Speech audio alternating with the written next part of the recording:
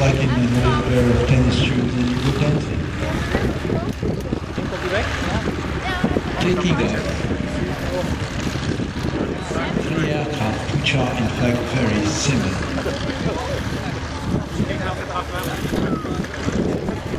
Same general philosophy. Large span, very narrow landing gear compared to the span, and when it comes to flying, even if the Cub seems to be flying like kites,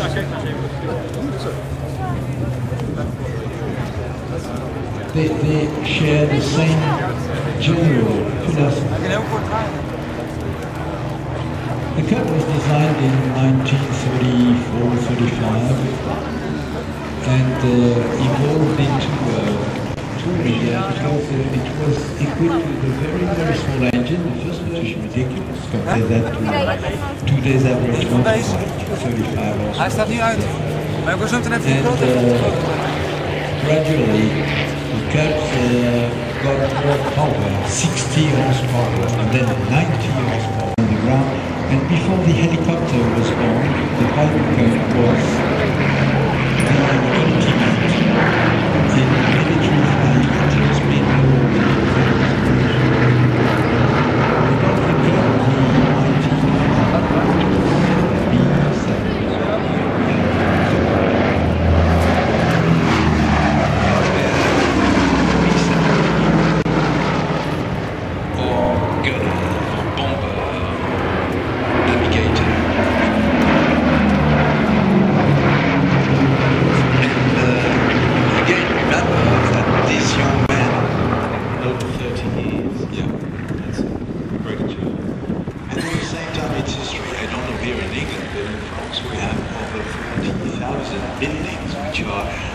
classified as national treasures and landmarks and important for the history.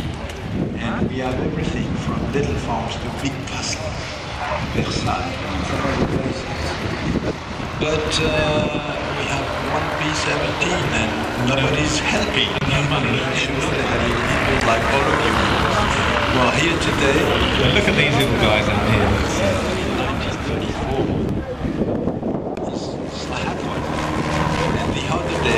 After the Paris airshow, David Scott, who was the commander of Apollo 15 and big test pilot and everything, Dave Scott told me I don't fly anymore. You know, I don't now, and I've decided I've had enough. The only thing I'd like to fly again, which would make me fly again, is to be a Piper Cub. So I say I got one, come and fly mine. And probably soon he'll fly again on the Cub. To me, these are the aircraft that are like the old pair of tennis shoes. You just you think what you want to do and you'll do it. Yeah. And at the same time, a Cub uses a Cub with a 90 horsepower engine. These ones, I don't know if they have 65 horsepower. Something like 4 gallons per hour. It's not that much. They don't fly on every decent day in terms of weather. The sky would be filled by the drone and the sights of thousands of these aircraft. You don't see this coming. And the other say, why not? And he started taking lessons every time he would fly from A to B to Z. This would be a lesson, and slowly and surely, as an hour learned to fly, and at the end of it, the American landing.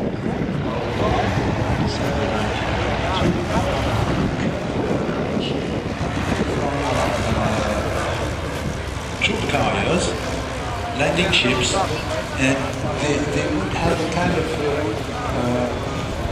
a ski drive. Put the ship against the wind, and the Piper Cub would take off in something like 100 feet. After the war, the Americans left hundreds of them all over Europe.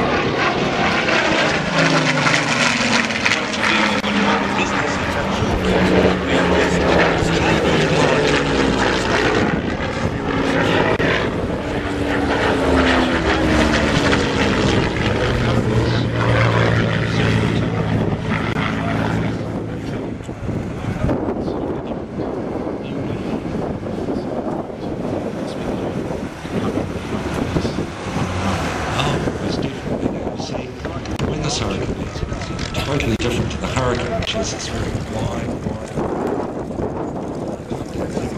That's something which can fire the shoulder. You can get 8 of them. This one comes with a 20mm cannon.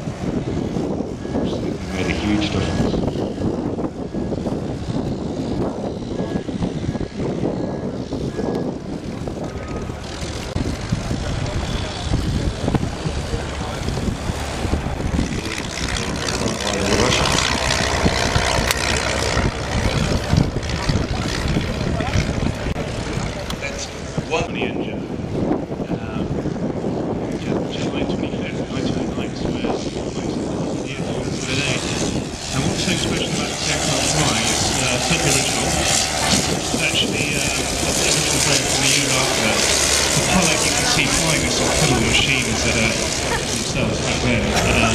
They did a deal with the Daily Mail, who had all the rights to Blériot because they sponsored it.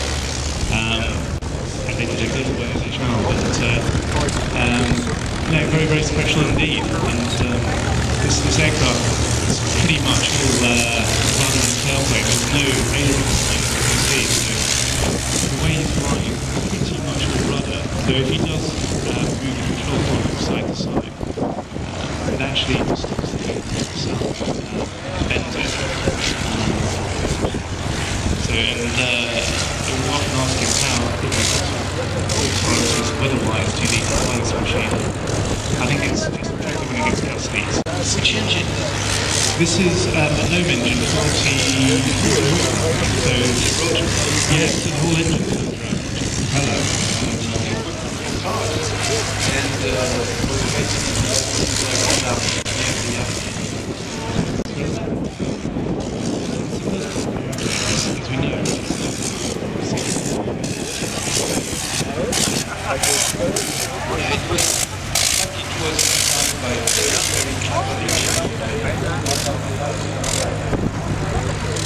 What's famous